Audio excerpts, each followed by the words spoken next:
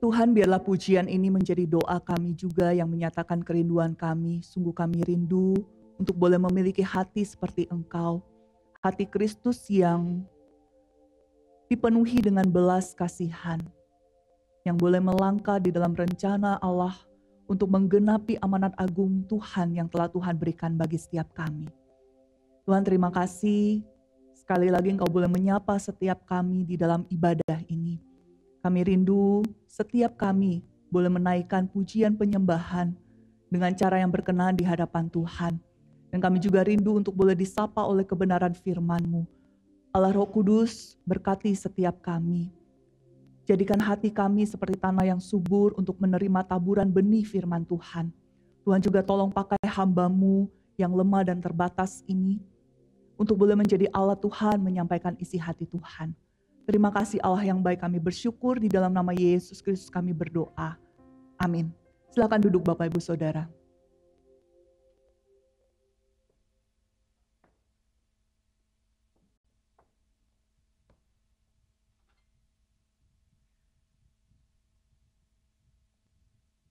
Shalom saudara yang terkasih di dalam Tuhan.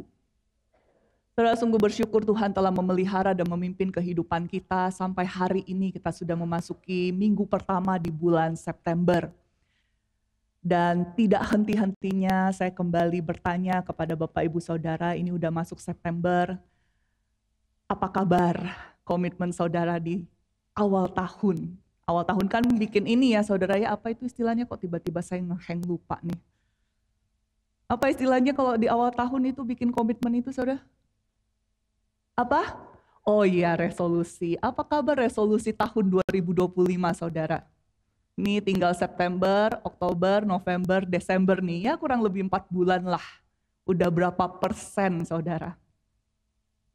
Kalau tanya saya akan jawab punya saya ya bersyukur dengan tertatih-tatih hampir 50%. Hampir saudara, itu pun udah bersyukur ya 50%. Saya nggak tahu dengan Bapak Ibu Saudara, semoga 4 bulan terakhir ini nih ada kesempatan bisa ngejar yang 50% lagi.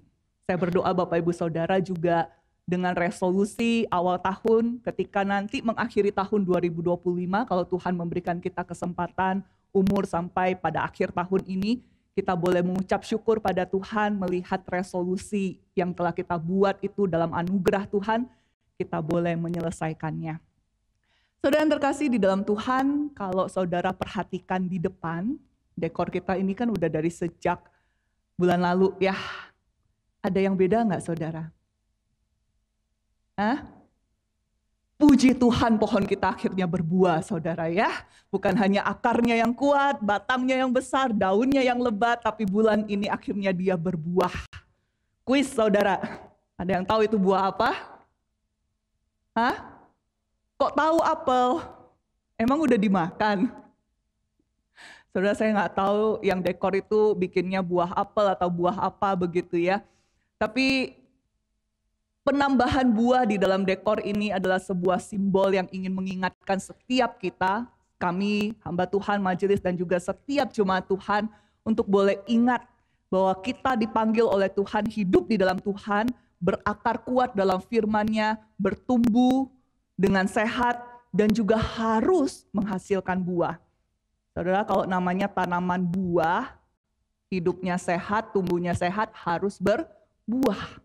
Dan buah itu harus bisa dirasakan oleh banyak orang. Dan itulah yang kami rindukan di bulan September ini ketika kita sama-sama merenungkan dan memikirkan, membicarakan tentang bulan pelayanan. Saudara iseng nanya, ya ada yang sudah ketemu namanya?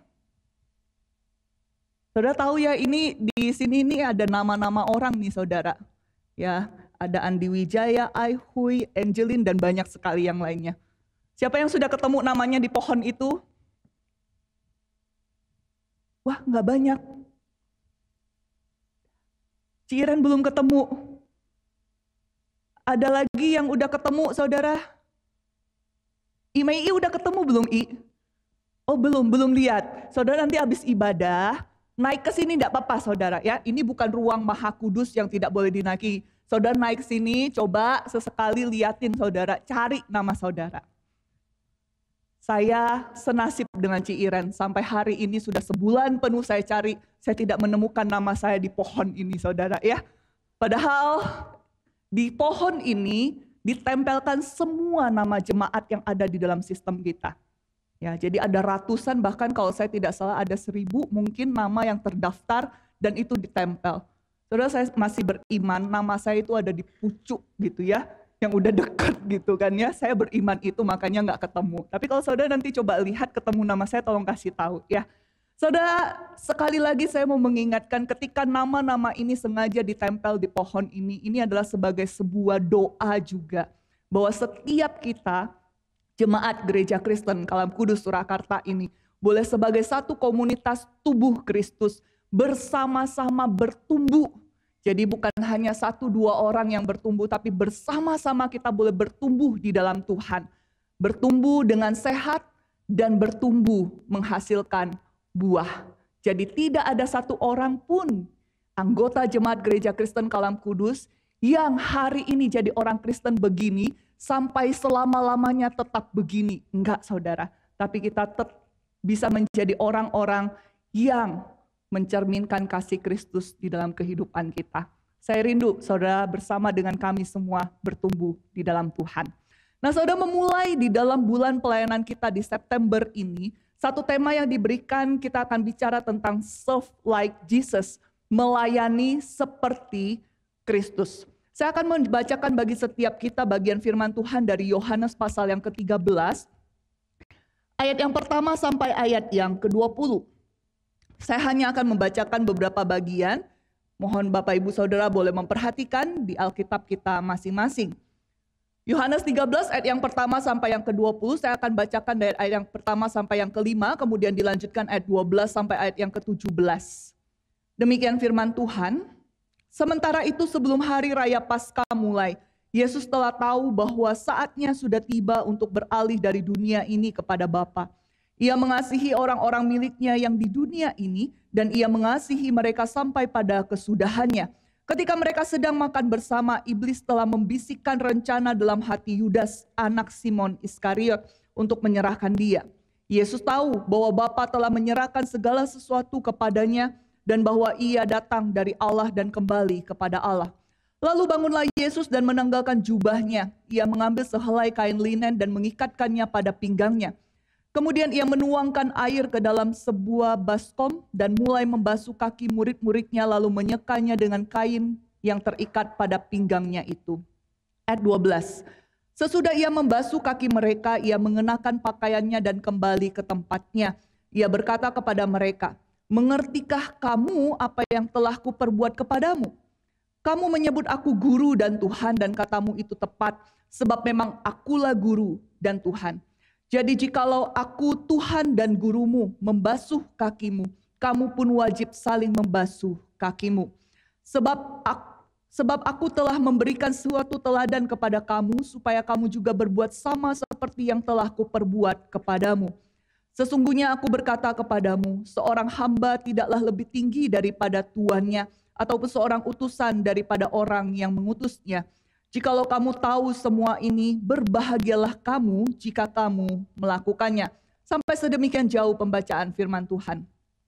Saudara, ketika saya pertama kali mendapatkan tahu tema yang harus saya bawakan adalah melayani seperti Kristus, maka saya berkata kepada Tuhan, "Tuhan, kok berat sekali ya temanya ya."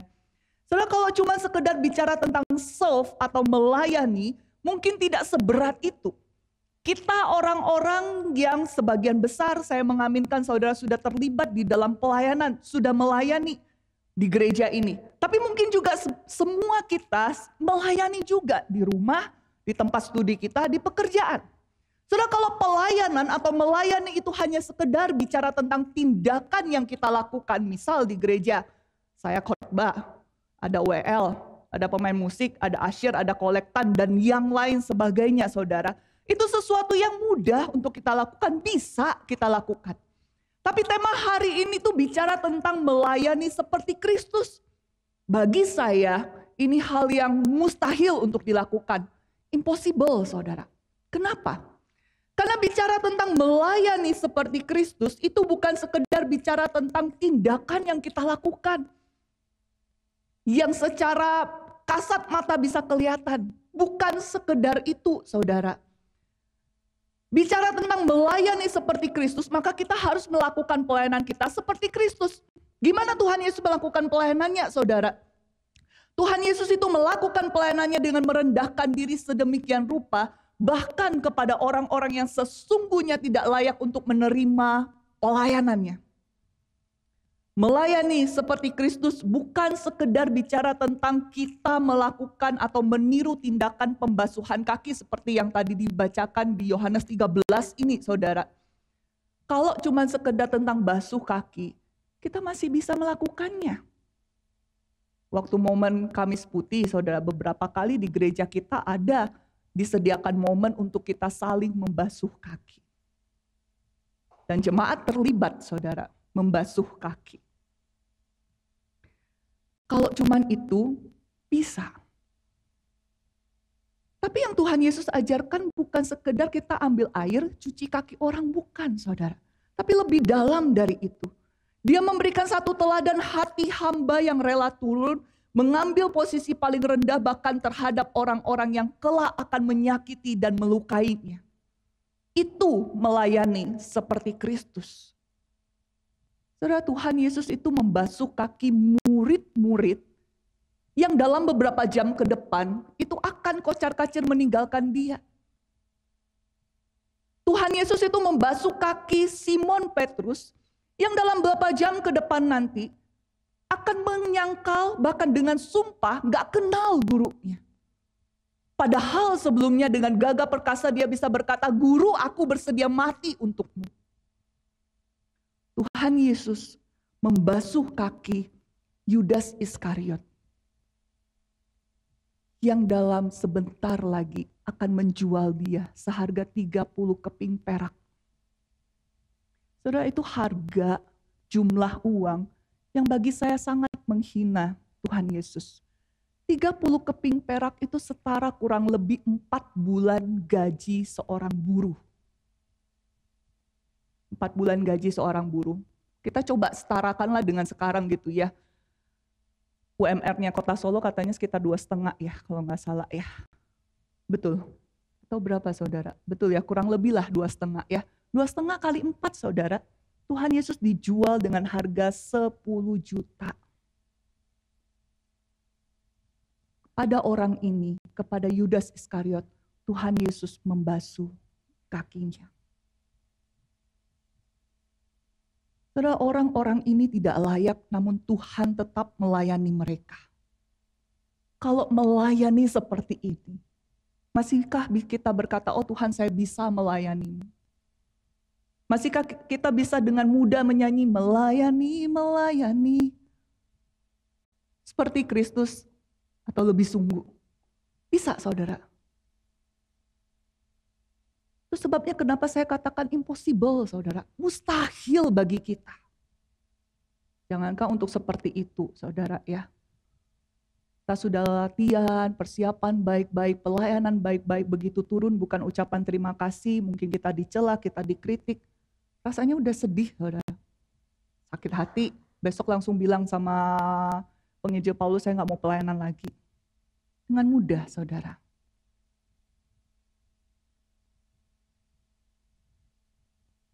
Tapi satu hal, ketika kita sadar ini mustahil untuk dilakukan. Di ayat 14 Tuhan justru mengatakan begini, "Jadi jikalau aku Tuhan dan gurumu membasuh kakimu, kamu pun wajib saling membasuh kakimu."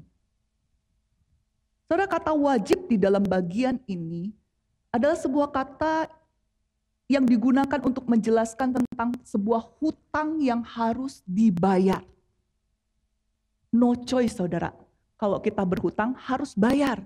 Jangan jadi orang yang gak tahu diri. Ya, kalau zaman sekarang kan dibilangin orang yang berhutang jauh lebih galak daripada yang ngutangin ya. Sudah pernah ngalamin? Mungkin sudah ngangguk-ngangguk.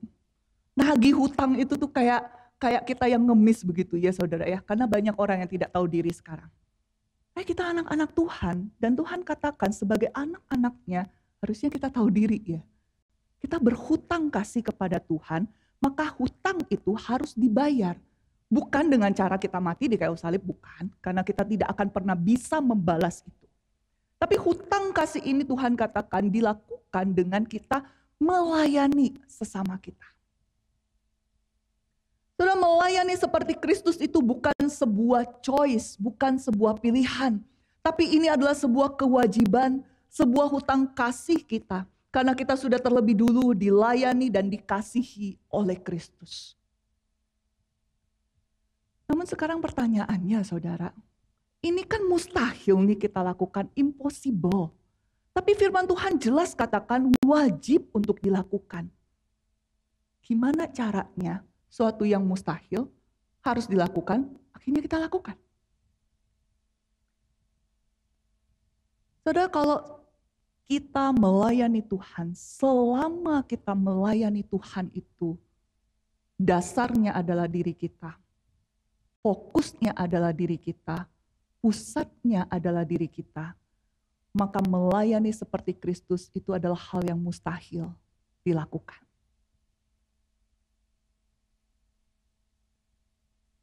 Tapi ketika fokus dan pusat pelayanan kita melayani seperti Kristus itu adalah Kristus sendiri, maka percayalah tidak ada yang mustahil bagi Tuhan. Saudara ingat dengan kisah ketika Maria ditemui oleh malaikat Tuhan yang menyampaikan kepada dia akan mengandung dari Roh Kudus. Maria kan bertanya bagaimana mungkin? Kemudian malaikat itu katakan apa? Tidak ada yang mustahil bagi Tuhan. Dan respon Maria setelah itu adalah, jadilah padaku karena aku ini adalah hamba Tuhan. Saudara, ketika kita bicara Tuhan itu mengerjakan hal-hal yang mustahil bagi manusia, jangan kita hanya terfokus kepada Tuhan melakukan mukjizat, menyembuhkan, memberkati usaha kita yang dari bangkrut bisa tiba-tiba jadi berhasil. Bukan sekedar itu mukjizat Tuhan, saudara. Hal yang paling mustahil itu Tuhan lakukan dengan mati di kayu salib membayar dosa kita. Termasuk ketika kita dipanggil untuk melayani seperti Kristus dan itu mustahil kita lakukan, Tuhan mengerjakannya bagi kita. Maka saudara, pagi hari ini saya mau mengajak kita untuk kembali lagi belajar dari kisah yang tertulis di dalam Yohanes 13 ini. Kembali melihat kepada Kristus sehingga kita bisa melayani seperti Kristus. Ayat yang ketiga Bapak Ibu Saudara. Di dalam bagian ini dikatakan Yesus tahu bahwa Bapa telah menyerahkan segala sesuatu kepadanya dan bahwa ia datang dari Allah dan kembali kepada Allah. Di ayat ini sebenarnya ingin menunjukkan bahwa Yesus Kristus itu tahu siapa dirinya, dari mana ia datang dan kemana ia akan pergi. Ia tahu otoritasnya dan dia tahu tujuan akhirnya. Saudara, ini adalah bicara tentang sebuah identitas. Identitas yang aman. Saudara, identitas ketika tahu siapa diri kita. Identitas kita. Maka kita tidak akan mudah tergoyah oleh apapun yang terjadi di luar kita. Orang mau lakuin apa, orang mau ngomong apa. Kalau kita tahu siapa kita di hadapan Allah kita di dalam anugerah Kristus, kita tidak akan mungkin mudah tergoyahkan. Apa yang Alkitab katakan di dalam bagian ini tentang kita, saudara? Ayat 13 disebut begini. Kamu menyebut aku guru dan Tuhan. Dan katamu itu tepat sebab memang akulah guru dan Tuhan. Saudara, mengakui Yesus sebagai guru dan Tuhan berarti kita mengakui dan menerima identitas kita sebagai murid dan hamba. Murid yang siap diajar, dikoreksi, dibentuk. Hamba yang siap taat kepada Sang Tuhan. Tapi saudara, identitas sebagai murid dan hamba ini bukan sekedar bicara tentang kewajiban. Kalau kita dengar jadi murid, jadi hamba, yang di otak kita apa saudara? Do something ya. Murid kan belajar, hamba ngelakuin perintah tuannya. Tapi di dalam konteks pada masa Tuhan Yesus hidup di dalam konteks orang Yahudi, menjadi murid dan menjadi hamba sesungguhnya itu membawa privilege, hak istimewa bagi orang tersebut. Pada zaman itu saudara, menjadi seorang murid Murid itu punya hak istimewa untuk dekat dengan gurunya, yang disebut rabi, hidup bersama dengan gurunya, punya akses paling dekat untuk mendengar pengajaran sang guru. Maka pada zaman itu saudara, seorang murid dia yang pilih dia mau berguru sama rabi yang mana. Tapi ketika Tuhan Yesus memilih murid, Tuhan Yesus itu membolak-balikkan kebudayaan yang ada. Kalau di zaman itu murid memilih gurunya, tapi waktu Tuhan Yesus dia yang pilih murid. Dan itu adalah anugerah karena pilihan. Menjadi hamba saudara. Kalau sekarang hamba, pembantu mungkin kita samakan begitu ya. Bekerja, melakukan perintah tuannya, kemudian kita dapat uang, digaji.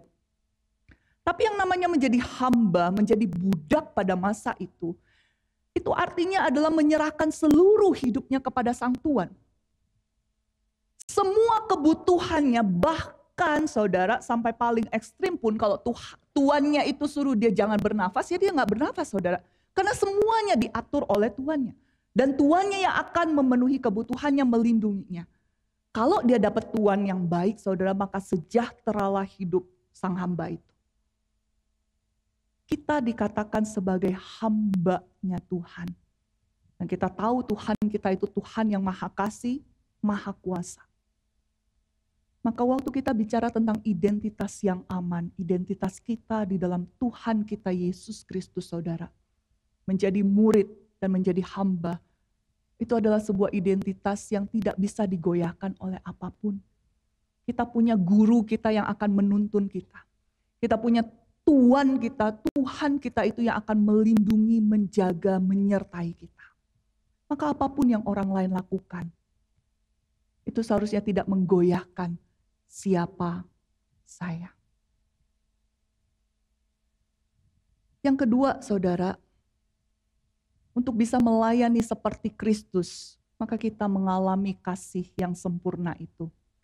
Di ayat yang pertama dikatakan begini, sementara itu sebelum hari raya Paskah mulai, Yesus telah tahu bahwa saatnya sudah tiba untuk beralih dari dunia ini kepada Bapa. Ia mengasihi orang-orang miliknya yang di dunia ini dan ia mengasihi mereka sampai pada kesudahannya.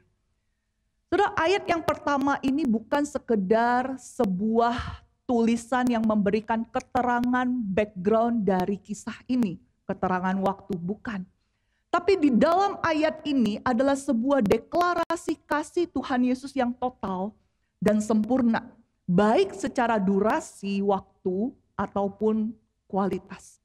Dikatakan dia mengasihi mereka sampai pada kesudahannya. Dia mengasihi murid-murid yang akan mengkhianatinya itu bahkan sampai pada kematiannya di kayu salib. Saudara, dia mengasihi murid-muridnya, dia mengasihi setiap kita. Dan kasihnya itu sempurna bagi setiap kita.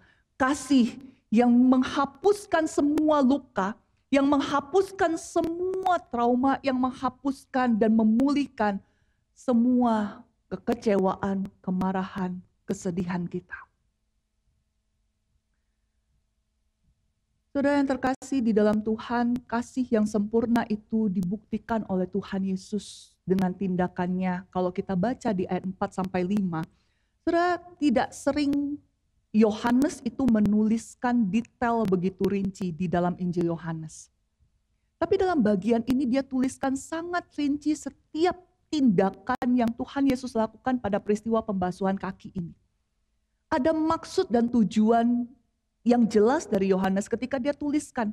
Tuhan Yesus itu bangun, dia menanggalkan jubahnya, lalu kemudian dia mengambil kain linen, dia ikat di pinggang, kemudian dia menuangkan air di baskom, membasuh kaki murid-muridnya dan kemudian menyekanya. Satu persatu Yohanes tuliskan. Untuk apa saudara? Untuk menunjukkan bahwa Tuhan Yesus melakukan semua tindakan itu dengan sadar, disengaja, dan penuh makna. Saudara, bukankah apa yang Tuhan Yesus lakukan ini adalah sebuah tindakan kasih yang mulia dan sempurna? Kita tentu tahu bahwa pekerjaan membasuh kaki itu bukan pekerjaan untuk sembarang orang. Mungkin sudah sering dengar saudara ya.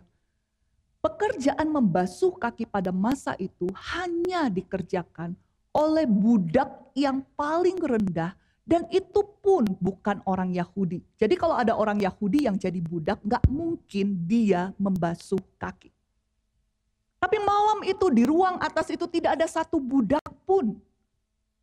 Tuhan Yesus itulah yang kemudian merendahkan diri, mengambil peran budak itu, merendahkan diri sedemikian rupa lalu membasuh kaki murid-muridnya. Kasih Kristus yang sempurna bagi murid-muridnya. Dan bukankah apa yang digambarkan di dalam ayat 4-5 ini mengingatkan kita kepada Filipi 2 ayat 6-8, saudara. Kalau di dalam peristiwa pembasuhan dikatakan dia menanggalkan jubah, mengambil kain linen, menuang air kemudian membasuh. Lalu di dalam Filipi ini dikatakan dia menanggalkan kesetaraan dengan Allah itu. Mengosongkan dirinya. Dia mengambil rupa menjadi sama seperti manusia, tapi bukan manusia yang punya jabatan, yang punya nama, enggak. Manusia yang paling rendah menjadi budak. Dan dia taat pada rancangan keselamatan yang telah disiapkan itu sampai mati. Bukan mati baik-baik, tapi mati dengan cara yang paling hina. Saudara, puncak kasih yang sempurna itu adalah kayu salib. Kristus mengosongkan dirinya supaya kita dipenuhi kasih yang tak berkesudahan, dan kasih itu yang memampukan kita untuk melayani dengan kerendahan hati seperti Kristus. Di awal tadi kita melihat ayat yang ke-14 dikatakan kita wajib saling membasuh kaki. Kita wajib melayani seperti Kristus. Namun kita harus melihat perintah Tuhan Yesus yang memerintahkan kita wajib itu bukanlah sebuah perintah yang kita lakukan dengan paksaan, dengan ketidakrelaan saudara. Atau dengan rasa bersalah. Berpikir kalau saya tidak melayani, maka saya nanti akan dikutuk oleh Tuhan.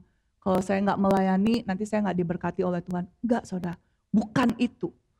Panggilan kita untuk melayani seperti Kristus ketika dikatakan ini wajib, ini adalah hutang yang harus dibayar. Sesungguhnya ini adalah sebuah undangan yang Tuhan berikan bagi kita untuk boleh bersama-sama menyatakan kasih kepada sesama. Sebagai orang yang sudah dilayani dan dikasihi begitu dalam, maka sepatutnya bagi setiap kita untuk boleh mengasihi sesama kita. Saudara, hanya orang-orang yang sudah mengalami kasih yang sempurna dari Tuhan Yesus Kristus yang bisa melayani. Dan orang-orang ini melayani itu dari limpahan kasih itu. Jadi gak ada ceritanya seorang anak Tuhan, waktu dia melayani Tuhan, lalu kemudian hatinya jadi kering. Lalu kemudian dia menjadi semakin merasa tidak bertumbuh. Saudara, kalau kita melayani Tuhan, membuat kita justru jauh dari Tuhan, membuat kita justru tidak semakin kagum kepada Tuhan, membuat kita justru tidak bertumbuh, membuat kita justru tidak jadi berkat misal di keluarga kita. Saudara, kita harus berhenti sejenak dan bertanya kepada Tuhan.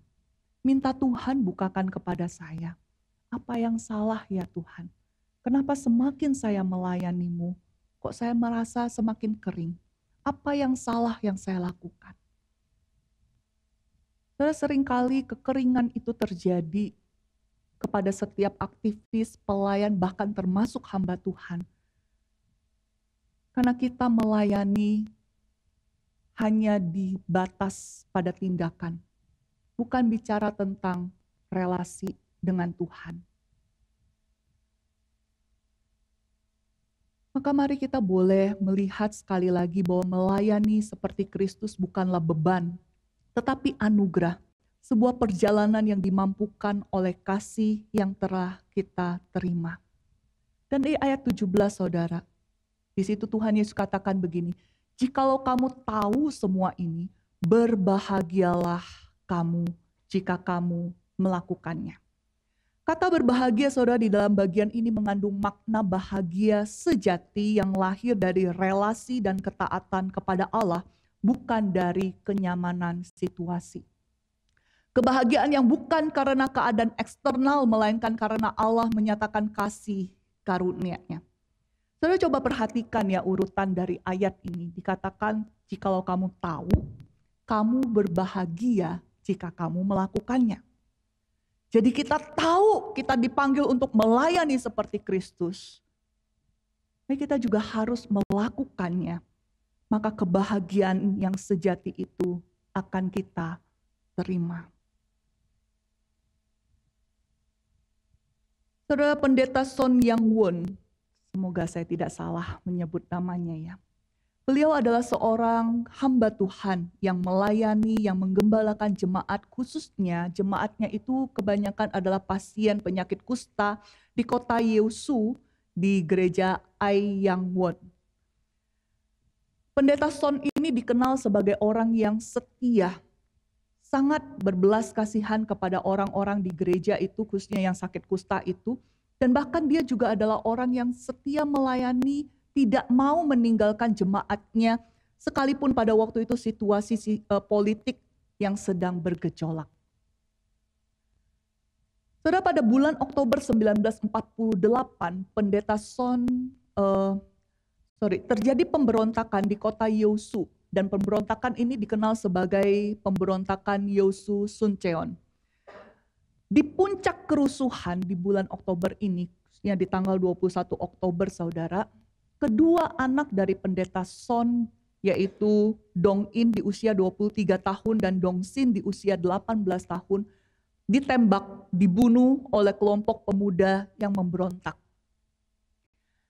Singkat cerita saudara, di hari pemakaman kedua putranya yang dilaksanakan 6 hari kemudian, Pendeta Son memberikan kata sambutannya.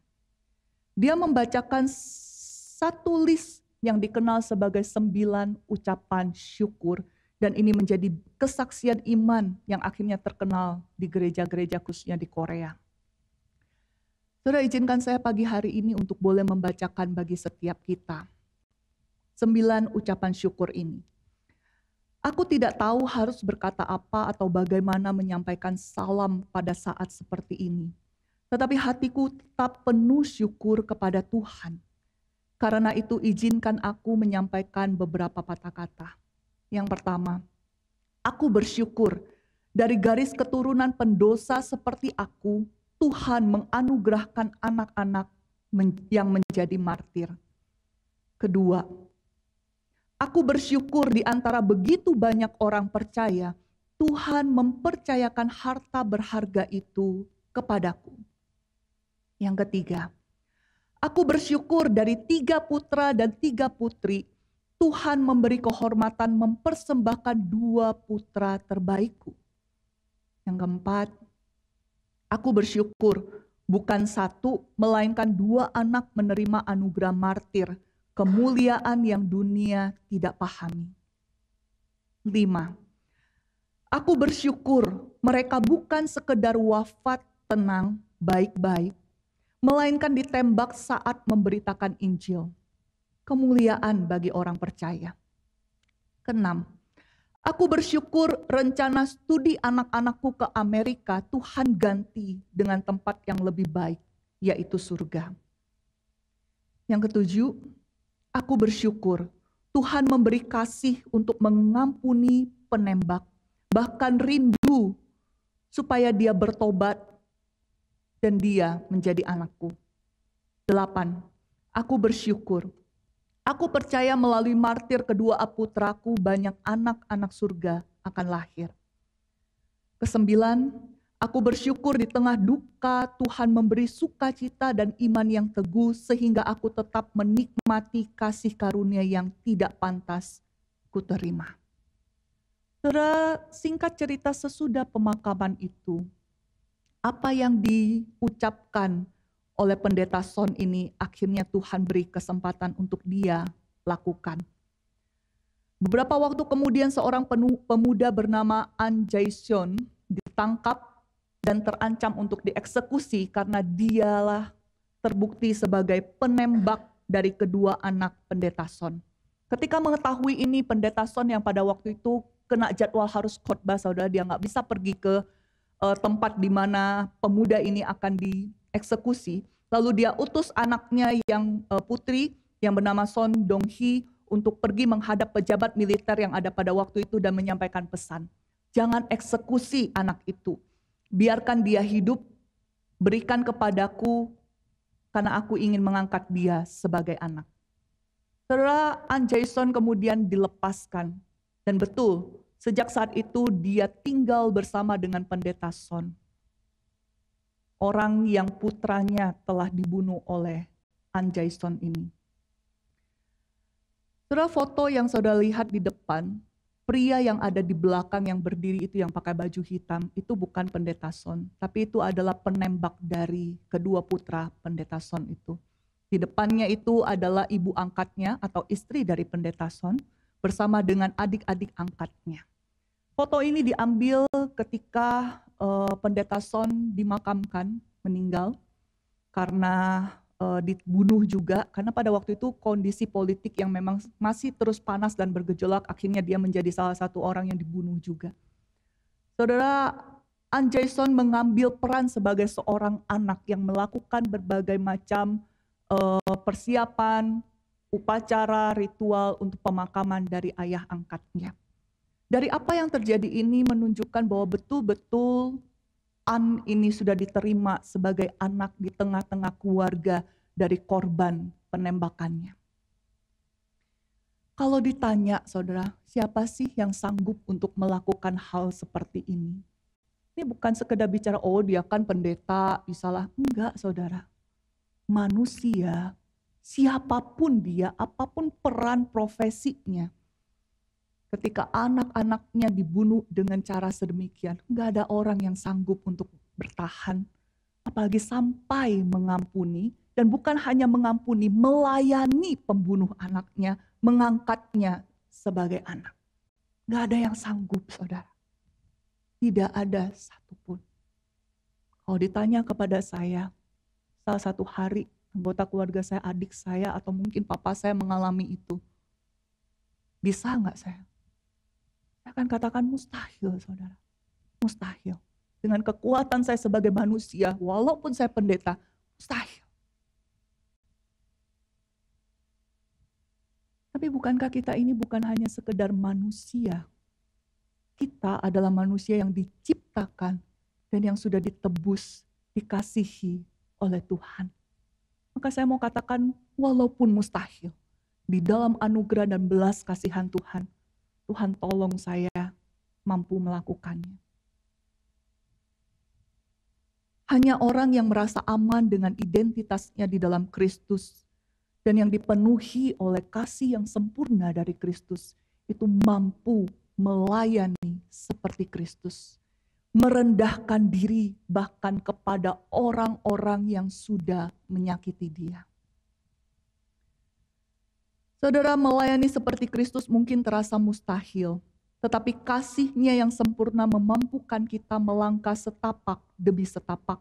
Karena identitas kita di dalam Kristus memberi rasa aman, maka kita dapat merendahkan diri untuk melayani bahkan kepada mereka yang melukai kita. Pada akhirnya, saudara, jikalau kamu tahu semua ini, berbahagialah kamu jika kamu melakukannya. Mari kita berdoa.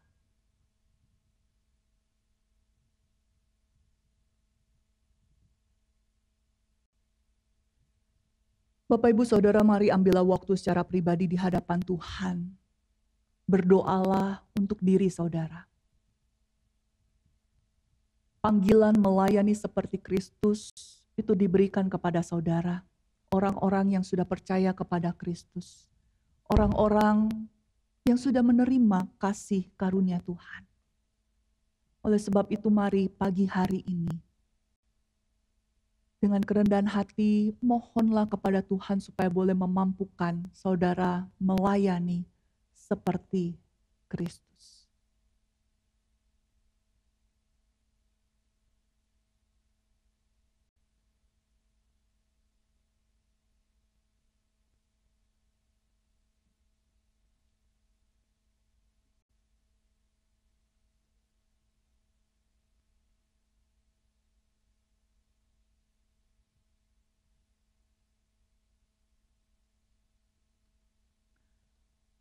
Tuhan Yesus, Engkau mengenal kami satu persatu. Nama kami, cerita kami dalam minggu ini, lelah kami, luka kami, kebanggaan kami. Terima kasih karena Engkau bukan hanya mengajar dari kejauhan, tapi Engkau memberikan teladan. Engkau mendekat dan memulihkan kami. Tuhan, ajari kami untuk mengingat kembali bahwa Engkau adalah Tuhan Yesus, Guru dan Tuhan kami. Dan kami ini adalah murid-Mu dan hamba-Mu. Biarlah identitas ini kembali memberikan ketenangan kepada hati kami, sehingga kami tidak perlu membuktikan apa-apa lagi atau membiarkan tindakan orang lain mempengaruhi kehidupan dan pelayanan kami. Tuhan, terima kasih. Engkau mengasihi kami sampai pada kesudahannya. Kami rindu kasih-Mu yang sempurna itu menyentuh tempat terdalam hidup kami. Rasa bersalah yang sudah lama kami simpan, kemarahan yang terus kami bawa, kekecewaan yang kami tutupi, bahkan termasuk kesombongan kami. Oh Tuhan, pulihkan, sentuh kami. Allah Roh Kudus, tolonglah kami, bukan hanya menjadi orang-orang yang tahu, tapi kami juga boleh menjadi orang-orang yang taat kepada firman itu. Jadikanlah jemaat-Mu ini sebagai komunitas yang saling membasuh kaki, yang saling menguatkan dan memuliakan Kristus dimanapun kami berada. Dan ketika kami melangkah pulang nanti Tuhan, biarlah damai-Mu menjaga hati kami, membuat tangan kami ringan untuk melayani, dan membuat wajah kami memantulkan kasih Kristus. Oh Tuhan, terima kasih. Inilah doa, ucapan syukur dan permohonan kami yang kami naikkan di dalam nama Tuhan dan Guru kami, Yesus Kristus. Amin.